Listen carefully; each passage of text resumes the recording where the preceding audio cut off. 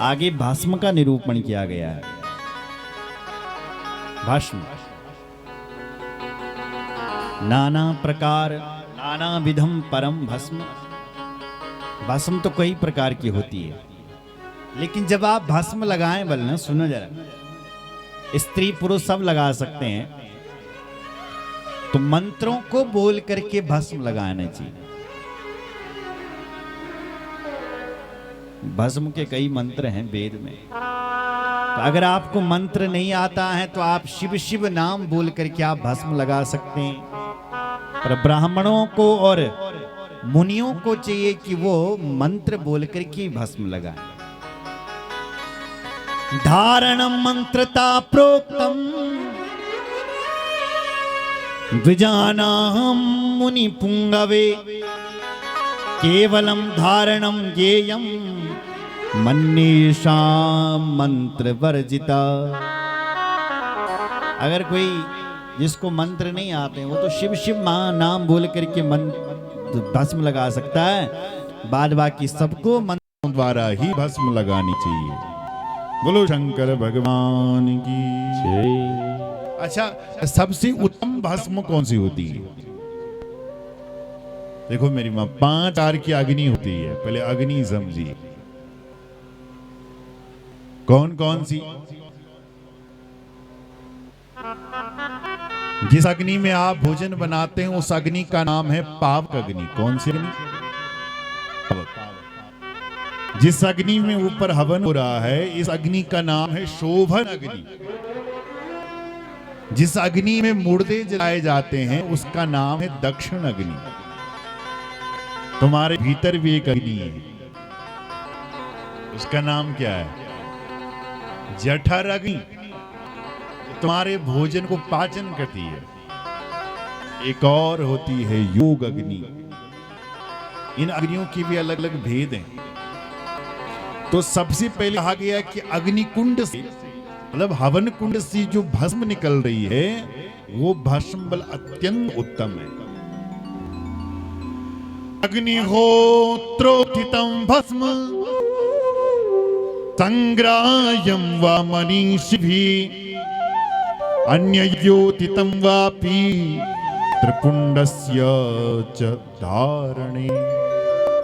अग्निहोत्थितं भस्म, अग्निकुंड से, हवन कुंड से जो भस्म निकाली जाती है उस भस्म को लगा, अत्यंत उत्तम। नहीं तो दूसरी है गोमय भस्म। आग्नेयमुच्यते भस्म दग्धा गोमय संभव। गाय का जो बछड़ा होता है, बछड़े का जो गोबर होता है, उस गोबर को जलाकर की जो भस्म निकलती है उसको कहते हैं गोमय भस्म। गाय के गोबर को जलाकर के जो भस्म, उसको भी आप लगा सकते हैं। हमारी टकनौर की माताएं तो ऐसी है कि उस गोबर की ही धूप बना दे। आप भी बनाते हैं क्या? आप ताली बजाओ। हम पिछले साल आए थे पुराली गांव में, वहां शिव पुराण हो रहा था। महायज्ञ, वहां से खूब भस्म ले आए, वो धूप गाय के गोबर की। झाला में एक कथा झाला में हुई थी और एक पुराली, 2 कथाएं हुई थी इस क्षेत्र। और वहां की विशेषता भी है। वहां के भक्तजन कह रहे थे, बोले महाराज हमारा गांव ऐसा है, नागराज देवता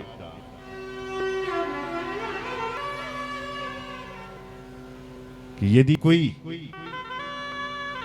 व्यक्ति पी करके आ गया, वारुणी पान करके आ गया, और उसने हमारे गाय की चाय पी ली, गाय के दूध की चाय, तो गाय दूध की जगह खून देना शुरू कर देती। इसलिए हम पहले कह देते हैं भैया सावधान। विशेषता है महाराज। बोलो शंकर भगवान की जय। तो वहां की जो माताएं हैं वो सर्दियों के टाइम पर गाय के गोबर की धूप बनाते हैं। बोलो शंकर भगवान की जय। ये गोमय भस्म है साहब, इसको भी आप लगा सकते। भस्म कौन कौन लगा सकते हैं? बोले सब लगा सकते हैं। ब्राह्मण क्षत्रिय वैश्य शूद्रेरपि च संगरे अपवंशैर्दितं भस्म त्रिपुंडोद्धूलनात्मना। ब्राह्मण क्षत्रिय वैश्य शूद्रेरपि संगरे, वही वर्ण संकर हो और चारों वर्ण, हर व्यक्ति त्रिपुंड लगा सकता है। किसी के लिए मना नहीं है कि वो नहीं लगा सकता, सब लगा सकता।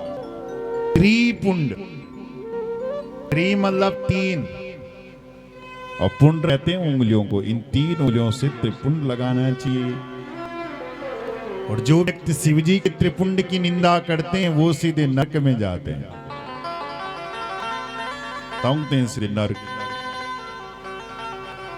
त्रिपुंडम ये विनंदन्ति निंदन्ति शिवमेवते धारयन्ति च ये भक्त्या धारयन्ति तमेवते। शिवजी के त्रिपुंड की निंदा करेगा वो तो पाप का भागीदार है, तो भगवान शिव स्वयं दंड देते हैं। बोलो शंकर भगवान की जय। अब आपने तीन महिमा सुन ली है शिव जी के नाम की महिमा। जय का मुखबिटियन शिव जी को नौ निकल श्री शिवाय नमः, वो तीर्थ है। आपने भस्म की भी महिमा। अब आप रुद्राक्ष की महिमा सुनेंगे कि रुद्राक्ष कैसे प्रकट हुआ। सूत कहते हैं, सुनो ऋषियों, एक समय की बात थी, भगवान शंकर 10,000 वर्ष की समाधि में बैठे हुए थे।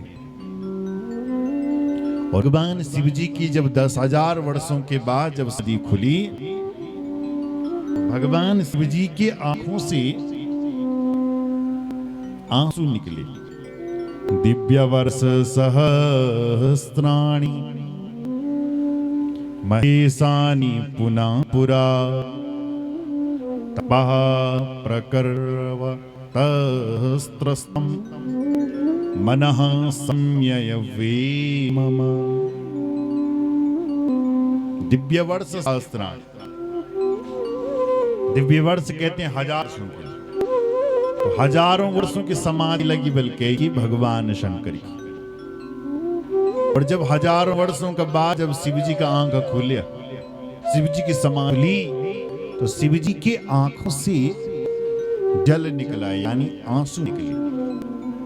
और उन्हें आंसुओं की बूंद से ही रुद्राक्ष का पेड़ उत्पन्न हो गया।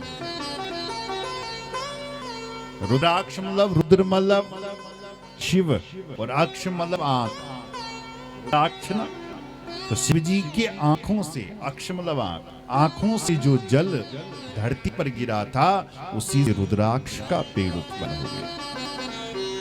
बोलो शंकर भगवान। जब वो भगवान शंकर आंखों से जब पानी गिर रहा था, आंसू गिर रहे थे, तो भगवान नारायण के भक्त वहां गए। उन्होंने उन अश्रु बिंदुओं को अपनी अंजलि पर हाथ पर उठाया। स्थावरत्वं अनुप्राप्य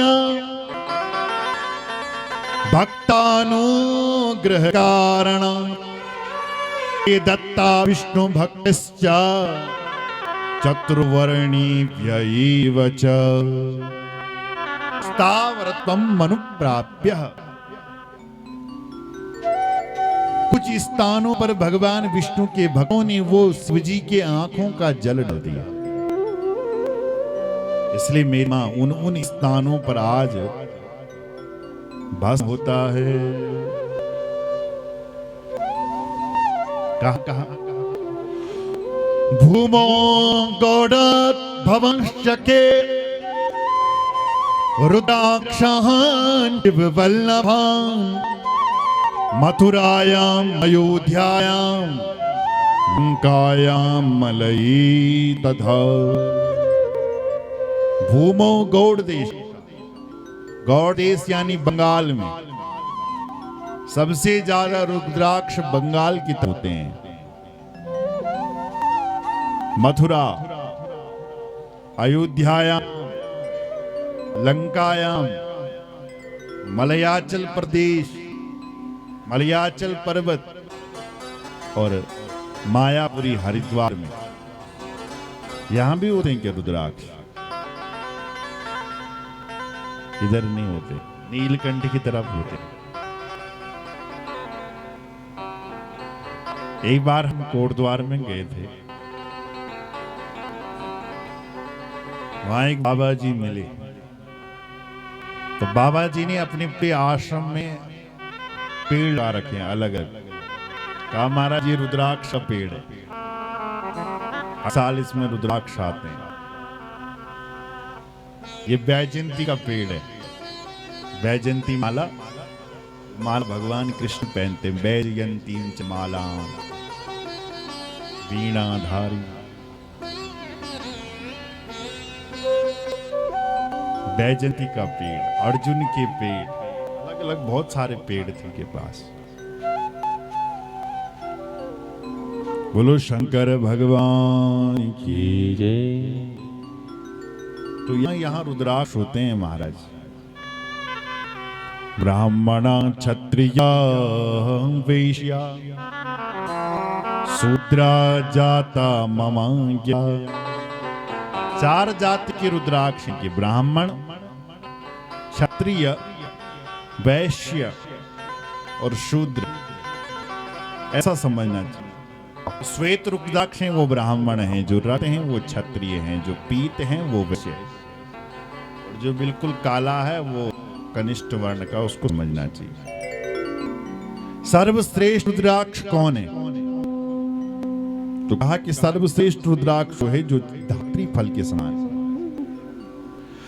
धात्री फल प्रमाणम यत् श्रेष्ठ में तद्रुता हृतम फल मातम तो मध्यमम संप्रकीर्तितम। धात्री फल प्रमाण, धात्री फल कहते हैं आंवले को। तो जो आंवले के बराबर रुद्राक्ष, मोटा सा आंवले के बराबर जो रुद्राक्ष होता है वो श्रेष्ठ होता है। बद्री फल मात्रम स्यात्, जो फल, जो रुद्राक्ष बद्री फल के समान होता है। बद्री फल कहते हैं बेर के फल को। तो जो बेर के फल के समान रुद्राक्ष होता है वो मध्यम होता है। और एक रुद्राक्ष और जो चने के समान रुद्राक्ष होता है, अधमम चण मात्रम स्यात् प्रक्रिये सा परोच्यते। जो चने का दाना देखा आपने, काले चने, वो छोले वाले चने, उनके समान जो रुद्राक्ष होता है, बारीक बारीक रुद्राक्ष, वो रुद्राक्ष सामान्य रुद्राक्ष होता है। श्री भगवान शंकर कहते, सुन पार्वती सुप्रीत्या भक्तानाम हितकाम्यया। मैंने भक्तों की कामना के लिए ये रुद्राक्ष प्रकट किए हैं।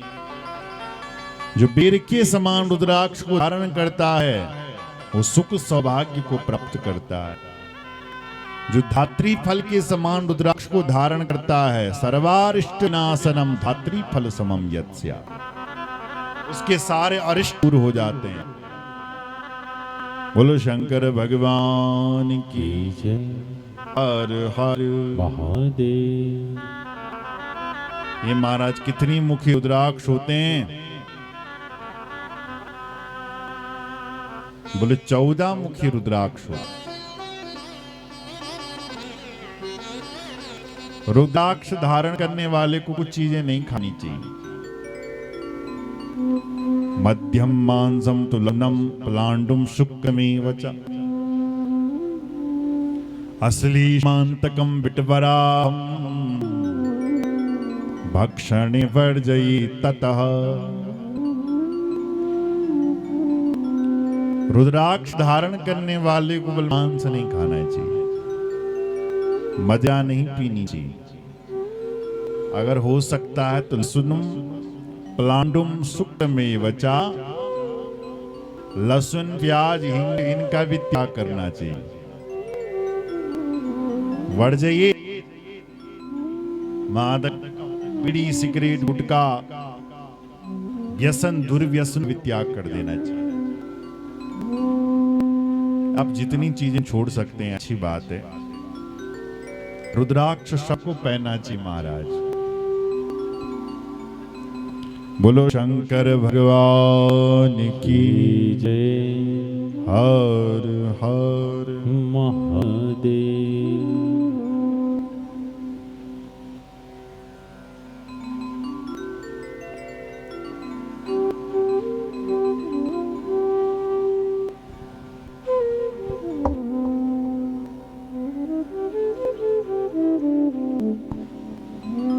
बोलो शंकर भगवान की जय।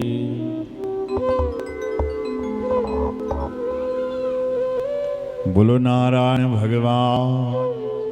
जय।